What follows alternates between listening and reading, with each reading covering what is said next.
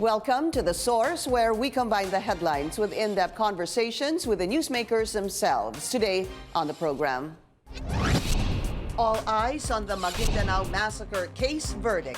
Parang na doon na yung embolden sila na kahit na pumatay sila, walang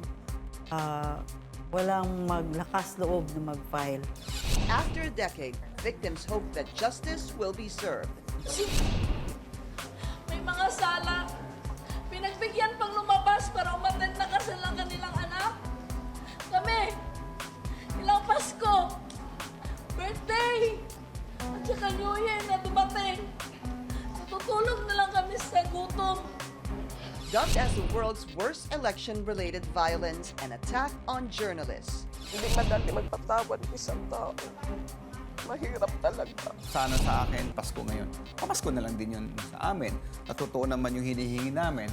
What are the chances of a guilty verdict against the Ampatuan clan after the nearly 10-year-long trial? A former lawyer of the Ampatuans, Atty. Raymong Fortun, joins us live.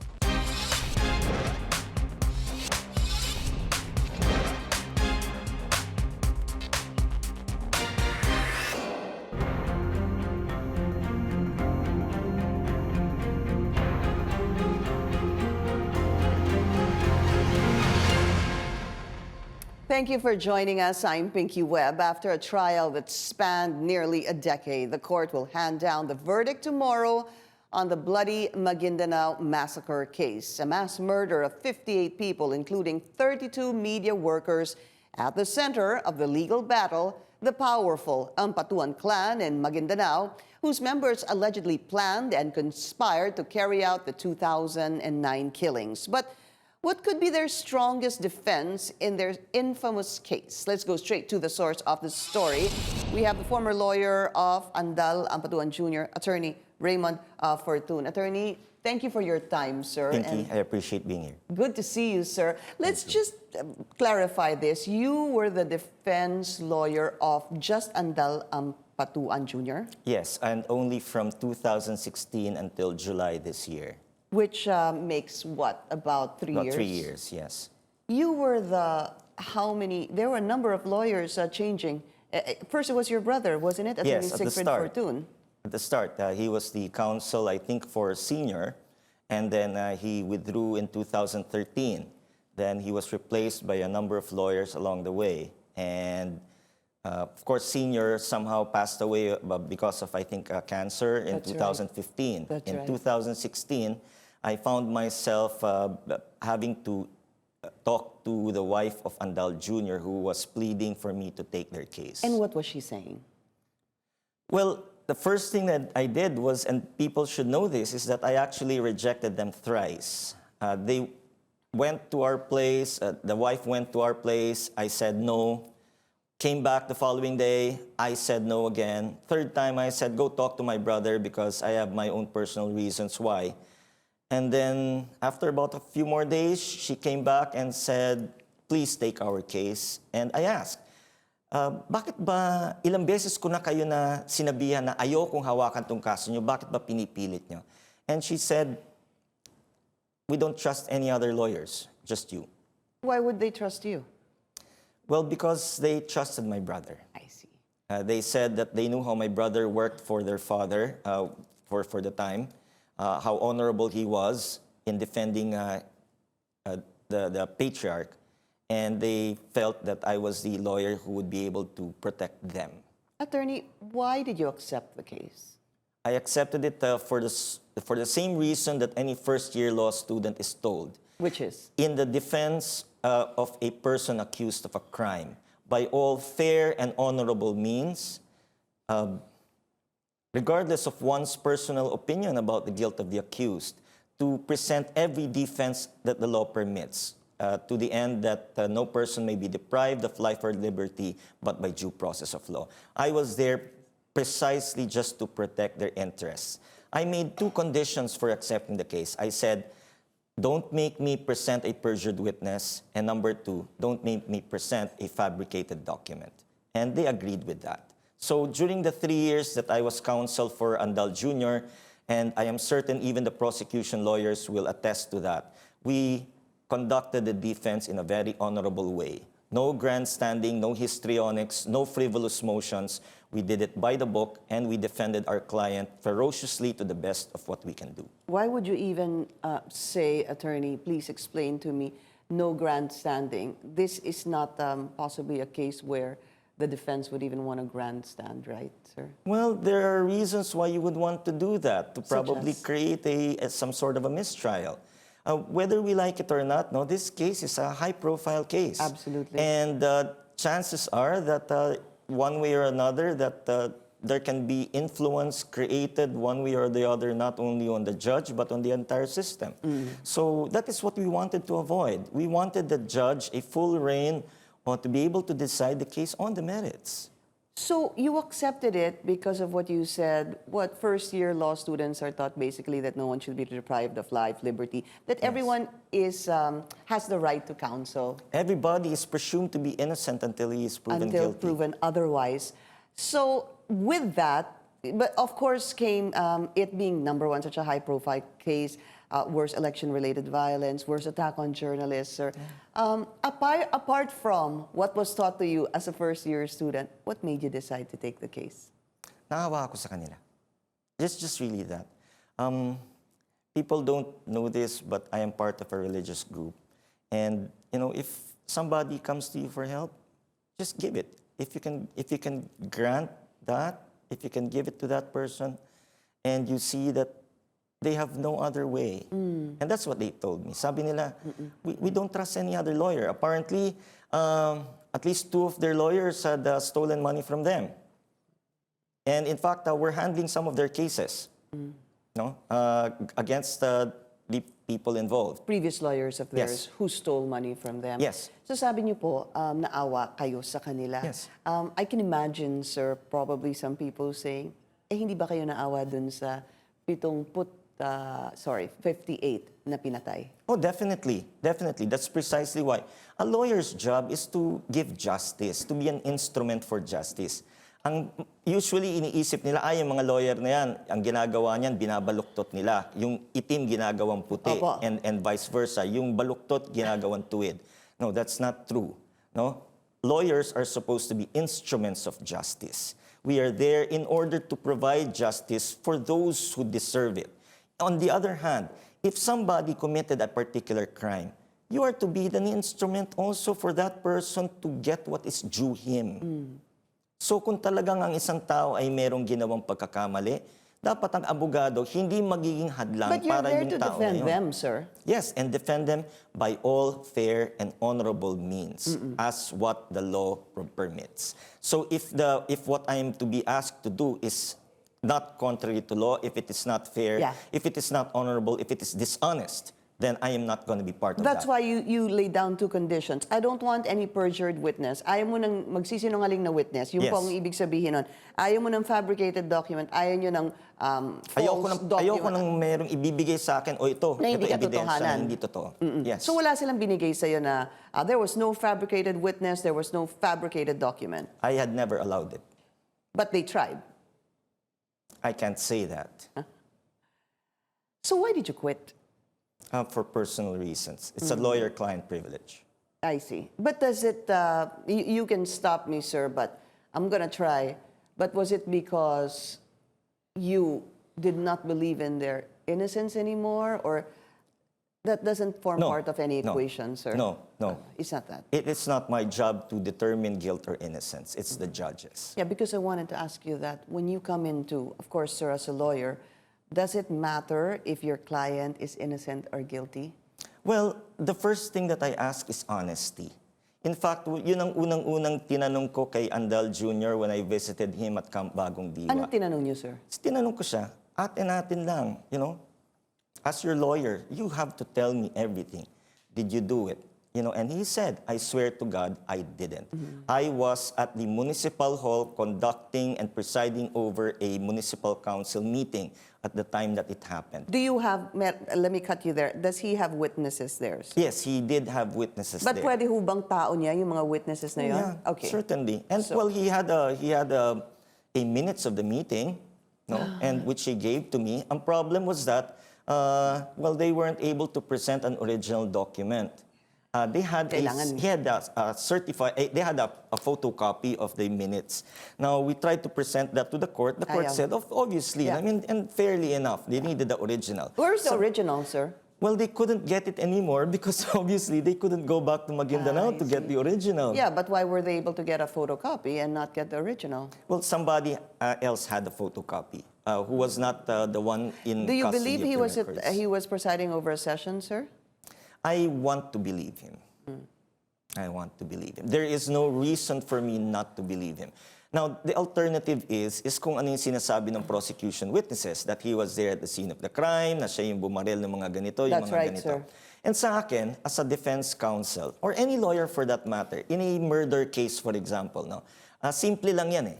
You must connect the bullet that killed the victim to the gun, to the gunman. To the trigger man. Okay? In all fairness and with all due respect to the prosecution, they weren't able to do that. There are no ballistics tests, no records that the bullets that were found on the bodies of the victims came from a particular handgun that was utilized by Andal Jr. None. Okay? Ito, obvious to, yung mga nanonood ng CSI, kino-connect mo talaga yan eh. And you know, the government had a wealth of resources to be able to put together all of this information to damn a particular client or yung akusado. Connect the dots, ika nga. No? Ang dali lang naman yan. Aba, you know, you had all of these forensics people, you had so many people running around looking for the guns. And then put it into the hands of the gunman, the trigger man. Hindi nila nagawa yun. No? So, but again, this is really just the position of the defense. Again, the judge, Judge Solis Reyes, who I highly respect, would be able to sift through all of these evidences and be able to come out with a fair judgment. Kung ganun po ang nangyari at hindi nalagay yung bullet dun sa baril, dun kay Andal Jr., kanino ho ito na-connect? We'll be asking that kay Attorney Raymong Fortun after the break. We'll be right back.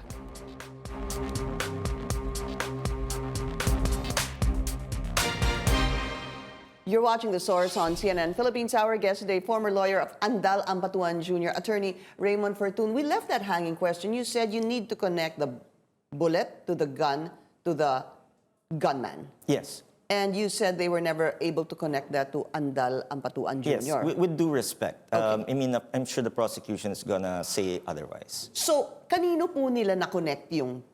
Marami ho kasing baril eh. Marami hong tama. The wife of Toto Mangudadato had 17 gunshot wounds. And they said even in the private parts, doon po sila binaril. Correct. Dapat yun. Ang gagawin mo, each and every bullet should be connected to a particular gun, and then the gun should have been used by a particular gunman. No, there was no connection whatsoever. Kanino po na-connect? Nobody. But there was a ballistic examination. None. Could it be possible, sir, because people were shocked with what happened? 10 years, hindi mo ma-produce yung evidence for 10 years. Walang ballistics test. You can't even find the guns. Come on. Nasaan I mean, ang that's baril? shabby prosecution. Sorry. That's poor prosecution. Everybody knows. You go and watch the TV. You know that you have to look for the gun. And then connect that to the gunman. There's so many ways to do it. How else, sir? Oh, that's what I'm saying. You know, I'm not going to teach the prosecution on what to do. It's done anyway, sir. Right. There's no way of teaching them. The verdict is due tomorrow. Right. And it's already been decided. The only thing that they had were eyewitnesses. Yes, which I want to go to. Yes. So, the wife of Congressman Toto Mangudadato had called him, and he said, sabi ng wife, may mga lalaking humaharang sa amin, and then after that, sinabi, nakikita ko si Unsay. And then I think that's where the conversation ended. That was the last time he spoke to his wife. And after that, she died. Yeah. What about that eyewitness? For example, sir, si wife at iba pang eyewitnesses na meron po ang prosecution. Okay. Again, I'm not saying that that is actually what happened. But to say that this is a particular conversation, it's actually only account of one person. Which becomes what? Doubtful? Is that Yeah, so, that's the sir? That's the problem kasi. The problem is that you can't look, you know, a judge can't look into the eye and into the mind of a person and say if that person is telling the truth or not. See, so, I mean, I've been in practice for 30 years, and I know that not all witnesses who appear on the witness stand are telling 100% gospel truth. Even if you say you swear merong mga to say the dagdag, whole may truth, nothing but the truth, yeah. I So mean, help you every God. lawyer in the country, not even in the country, in the entire world, every lawyer is going to tell you not all witnesses are telling So the truth on the you're witness saying, stand. Toto mga dadatu saying that this is what his wife said is not gospel truth, obviously. No, Is not that at what you're all. saying? What I'm saying is that it has to be more than that. I see. I mean, like, if he's But going... there were other eyewitnesses, ni ho ba? All right. Okay, let's take a look at the eyewitnesses. Ano ba yung mga eyewitnesses? No? So sinabi nila, nakita daw nila, ganito, ganito, ganito. Now, the problem is this. I give the hypothetical example to you, Pinky. If, for example, somebody, you know, pulled the trigger right inside this studio, what would be your reaction? I'll duck. And then after you I'm duck, going to try to run away. you run away I'll because try. there's a gunman on the loose and probably Or I'll might hit your hide. gun. Okay. Yeah. You take a look at the testimonies of these witnesses. All of them were standing around watching the shooting as if they were watching a basketball game. Nobody ducked. Now, kung kunyari, ako yung isa dun sa mga gunman, nakita ko merong isang umuusyoso, anong gagawin ko dun sa taong yun? Aba, eyewitness to, babariling ko rin yan. This person would not have been allowed to testify. I mean, pumatay ka na ng 57 or 58, what's one more?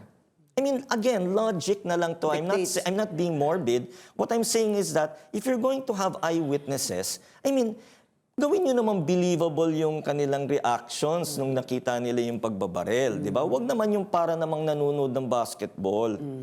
I mean, yung mga ganun parang mapapailing ka na lang eh. I mean, they may have seen something, they may have witnessed a portion of something, yeah. but to say that they had watched the entire episode as if they were watching a basketball game, for me, is just totally contrary to ordinary human behavior. Let me bring this in.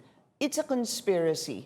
Bakit sa prosecution, there is a vice mayor, his name is Sukarno Badal, who was present during the planning in July of 2009 and the execution on November 23, 2009. Here's one guy, sir, a vice mayor, former vice mayor, who said nandun siya sa pagplano, andun din siya dun sa execution.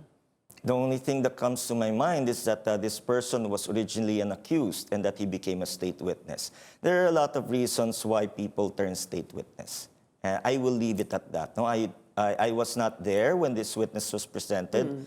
I only came in 2016. By that time, tapos na itong testimony niya. So I could not observe his demeanor. I would not be able to know if just simply by his testimony that he was telling the truth or Could not. you just answer this, sir? Bakit ho papalit-palit ng mga abogado? I told you. Yung in the case of Andal Jr., he said that he didn't trust his previous, at least two of his previous lawyers, so he replaced them. In my case, he said that I was the only lawyer that he could trust. There are reasons why they change. So he got two lawyers that eventually he didn't trust, and he got you that he trusted, but you that he trusted left him Yes, for personal reasons. yes. Usually when we say personal reasons is that meron kaming gustong mangyari na hindi sumang-ayon yung kliyente. So because of that, we just have to part You ways. wanted something na hindi po sumang-ayon si Andal Ampatuan Jr. Or vice versa.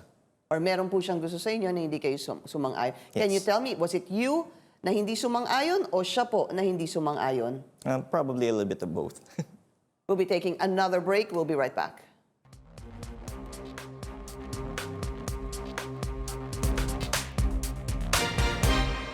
You're watching The Source on CNN Philippines. Our guest today, former lawyer of Andal Ampatuan Jr., Attorney Raymond Fortun. I'm going to go straight to this, sir. Two things. The pace. What do you think of the pace? 10 years, almost 10 years of trial. I think it's just about right. You had more than 100 accused, so many lawyers there.